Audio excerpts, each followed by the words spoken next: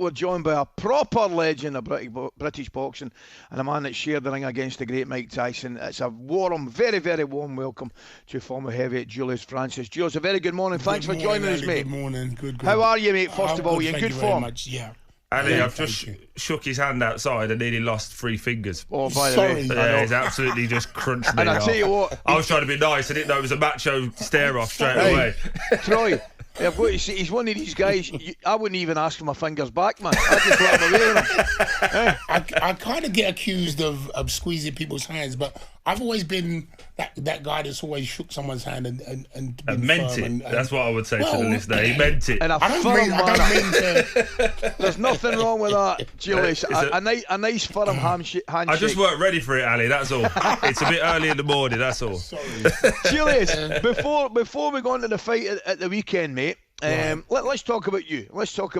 How important to yourself was boxing? Because clearly, as we all know, you had 1 or 2 issues perhaps in your youth, like we all had, you know, growing up. Yeah. And was boxing, was it a way out for you? Was it a saviour for you, mate? Right, I tell you for right at the very beginning of my amateur boxing career, yep. I had a great coach, an amateur coach named Pat Dempsey, who really guided me, and I was really grateful. I didn't really understand that he saw something in me that there was potential.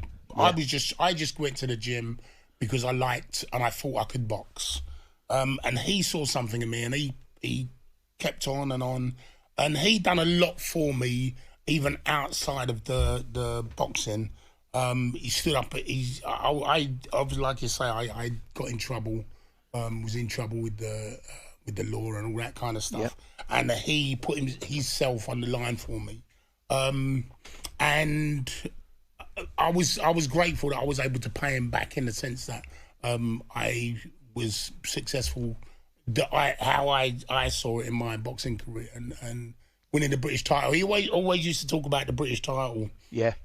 And I was grateful that I was able to, before he passed away, that I was able to show him that his boy had actually won the British title for him. You know, brilliant. So that was a big thing for me in the boxing world. Yeah, in boxing. Well, I bet it was, mate. And the likes are now, because we're looking at some of your notes here. Outside the boxing, you've tried the MMA. You've done You've done a bit of acting. You've done a bit of security guard. Yeah. It sounds as though there's not enough days in the week for you, mate. I kind of say when I do talk, I do say that I've had a very colourful career and a very colourful life. Yes. Up to this point, you know. Never boring. There's been many ups and downs and twists and turns, and again, you start one way, but hopefully you don't finish in that same vein. So that's the journey that you go on, you know. And yeah, there's been kind of things that I'm not so proud of, but then I've got all these other things that are, and different accolades, everything that say, I actually did it, and I actually made it. Mm-hmm. Where are you, Julius, now in terms of like a lot of sportsmen perhaps finish their own particular sport and they'll go down a different avenue and they won't keep as much interest in their sport. Are you one of those guys, or are you actively still enjoying watching boxing, you know, watching the guys compete at the top level? I enjoy watching boxing, and I kind of enjoy a little bit of teaching. But I wouldn't necessarily say that I would go into coaching professional fighters or even amateur fighters. But I work a lot with young people and schools and kids like this. So my passion really has been to tell my story, and let kids know, because I know that how I was when I was young. I didn't really have role models to look at and say, right, I want to be like this or be like that. So talking to young people, going into schools, going into meeting young people, I think that's more for me a passion than saying, right, yes, I can fight and I've boxed and this, that and the other. And going down that route as just, or not as just a trainer, but I would rather be doing mentoring than teaching guys to fight and box and stuff because of the way that I grew up. You know, I've got to say, mate, I would suggest that's vital, mate, and what you're doing back into those kids is so important in terms of their education. I found upbringing. And for me personally, it's been therapeutic as well. Yeah, because you learn so much about yourself when you talk and when you give. So that's more for me how I like it. That's what brilliant. Well, the great news is you're staying with us for another section, which is fantastic. Yeah. Brilliant, and we're going to ask you lots of things, obviously, about Mike Tyson, the fight coming up at the weekend. Yes. So that's great news. We're going to take a short break, 9:29. Alan McCoist, Troy Deeney, and former British heavyweight Julius Francis bringing you this morning, last half hour of the show, I beg your pardon. Now, Julius, I've got to say, and you'll be very well aware, in the early hours of Saturday morning, Iron Mike makes his return to the ring after 19 years away, and he's taken on YouTube sensation Jake Paul in a professionally sanctioned bout in Dallas, Texas. Across the week, the legendary voice of British boxing, that is the one and only Adam Smith, has been sharing with us here in Breakfast his top 5 Mike Tyson moments. Let's find out what made the list at number 3. I'm Adam Smith, and throughout Fight Week, I'm going to be counting down my top 5 favourite Mike Tyson moments from across his illustrious career. Let's move on to number 3. Thomas in trouble again, and now Tyson moves in for the kill. 2 uppercuts and a left hand. Thomas trying to hold on.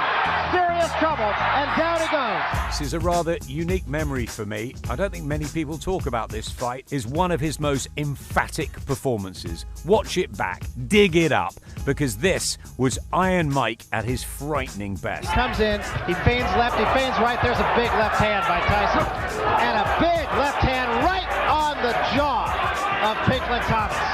Thomas is in all kinds of trouble.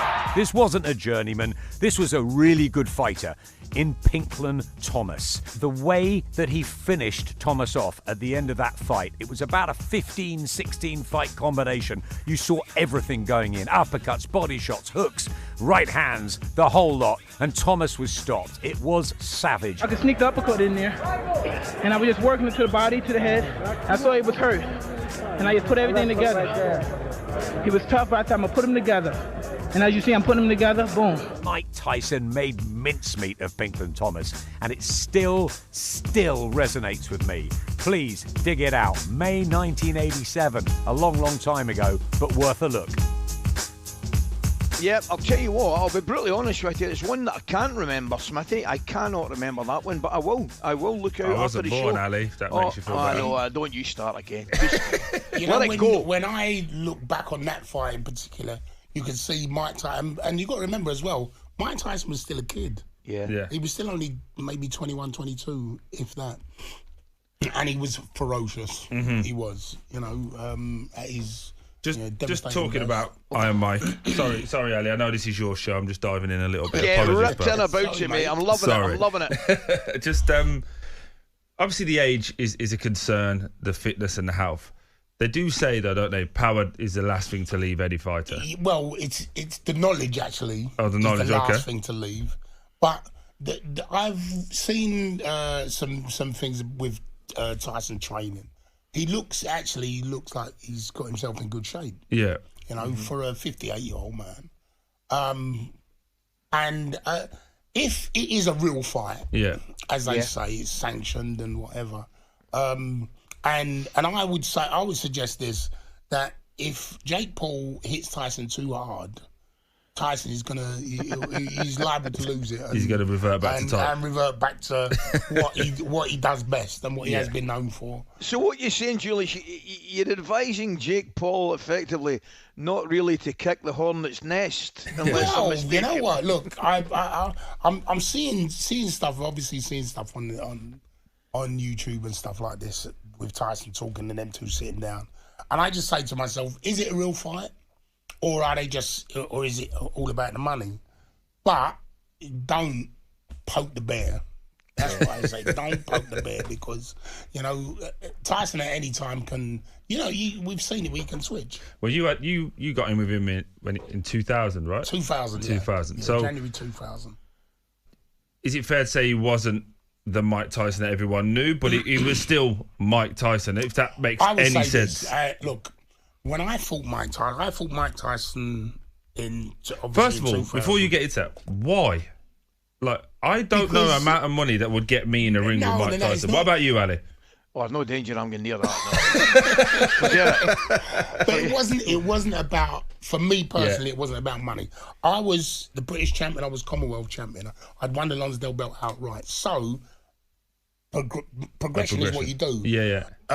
And Mike Tyson was the next, he was the next guy in line for me. Okay. And so I didn't have to think about, when it was, the subject was broached, Mike Tyson might be coming to England, or he's coming to Europe, would you fight? Yes, of course. Yeah. As it was said to me, I didn't have to think, let me go away and think about it. It was, Mike Tyson's coming to England, would you fight, or will you fight him, or would you fight him? Yes, of course, because he's the next step. And it was natural for you? Yes, because I was, I am a fighter. That's what I did for a living. Yeah. You know, if you get the chances with you, Troy, or with you even, Ali, to go to the best clubs in the world, you don't think twice about it. Of course, absolutely not. Julius, where do you think, sorry, Troy, where do you think, in the grand scheme of things, and it's very much a personal opinion, it is, of course it's a personal opinion. I mean, I can go back, I love my boxing, I go back to Ali, Frazier, Foreman, Norton, all the guys, right? That era in particular, that was my era kind of growing up initially, particularly heavyweight boxing. Where does Tyson stand in the long list of, in your opinion, great boxers, particularly heavyweight division? You know, it's a really subjective thing, but of course, over the years, if you go back 100 years in boxing and look at 100 years of heavyweight boxing, you could pick out so many different champions, of course, from all those different eras. Does Tyson beat all of those guys if you put them like for like at the same age and whatever? Some he does, some he doesn't. I would say Tyson is definitely in the top 15, but where do you place him? You know, as in great heavyweights, because you have such a list. And yes, we can talk about Ali. Yes, we can talk about Joe Frazier, Jack Johnson. Yes, you know, there's a list. There's a long list. Even in the modern era, Lennox Lewis, Evander Holyfield. Yes. You know, even some fighters that actually didn't win world titles but were that good, that if they were in this modern era, they would win world titles. Yeah. Just the timing of it. Yeah. It's Can I ask you a question? We heard a lot about this when Daniel Dubois was fighting AJ. A lot of fighters saying Daniel was the hardest to hit them, whether that be in sparring, whether that be in an actual fight. What was it like when you first felt the power of Mike Tyson? You know, I don't mean to be rude, but you know what I mean? I just feel like that way. See, I'd been in the ring before then with lots of big, strong heavyweights. I'd sparred with Lennox, sparred with Bruno. And I will say this, Frank Bruno is the most powerfulest man I've ever been in the ring with. Oh, wow. As a physical specimen human being, was Frank Bruno. Like I say, I'd been hit by Frank, I've been hit by Lennox. Tyson was a great puncher. I'm not going to deny this. He was a great puncher. He had speed and power, which is that combination what he always had. I wouldn't say he was definitely the hardest guy I've been hit by, because, like I say, my career I was in the ring with Klitschko's and Maskaev, and you know some big. But one guy that I do remember who did hit me, and honestly, when I say I saw birds and stars, was Pele Reid. When I was fighting him for the defence of the British title, a switch hitter. Pele was a switch hitter. He could bang with both hands, and he done this move. He switched his feet and he hit me with a right uppercut. And all I saw was birds and stars. I swear, that was it. But as far as Tyson was concerned, in the fight, he was a great body puncher. He hit me like, when I was trying to hit him to my left, he was on my right. When I was trying to hit him to my right, he was on my left. And that's how good he was. And it took me a long time to actually work out what he actually did. I was thinking, Troy, I used to see birds and stars myself, but that was on a Saturday night, to be fair. Hey, and it wasn't in the boxing ring anyway. Wow. Julius, I want to ask you, mate, There's been all sorts of crossover fights now. You're back to Mayweather versus Conor McGregor, KSI versus Tommy Fury. Where do you sit on them? Do you take them for what they are? Because Troy and I have been talking, and the great pull for me this weekend is obviously Mike Tyson, mate. Generally speaking, I would not, with the greatest respect, be that interested in this fight. Where do you sit in these types of fights? Well, I'm not really a great fan of it. You know, as a spectacle, it's kind of bringing people from this generation, YouTubers and crossover and everything like this. I'm not a great fan, but what they've done and how they've marketed it and how they've made it work for them is what brings the new fans, you know. But the new fans seem to forget, the younger fans forget that there were actually real champions, real fighters that, you know, they made their living, they made their actual living from fighting, you know, not coming into the game already sorted out financially and already got all these different things that they do on the side. Guys like, and I'm not saying this blowing my trumpet, but we came from the floor. You know? And these guys are coming in, jumping on the kind of bandwagon, saying, "Oh, I can earn money, and I can get more followers." Yeah. You know? It's more of a business decision, yes, isn't it? it's business, not. So I was talking about this last night with someone. It's the pride. It seems like the pride has gone from the fight game. I know what you mean. You know, which is very sad. In a way, it's very sad. Well, Julius, listen, mate, it's been an absolute joy and a pleasure to have you in the studio. It's been great fun. Thank you. With me, I could talk for hours. I don't know. You're in good company here, mate. You're in good company. I'll just leave then, yeah? And keep up the good work, Julius. Keep up the good work, mate. I will try very hard. Thank you very much. On AM, on DAB, via the talkSPORT app and on your smart speaker. talkSPORT.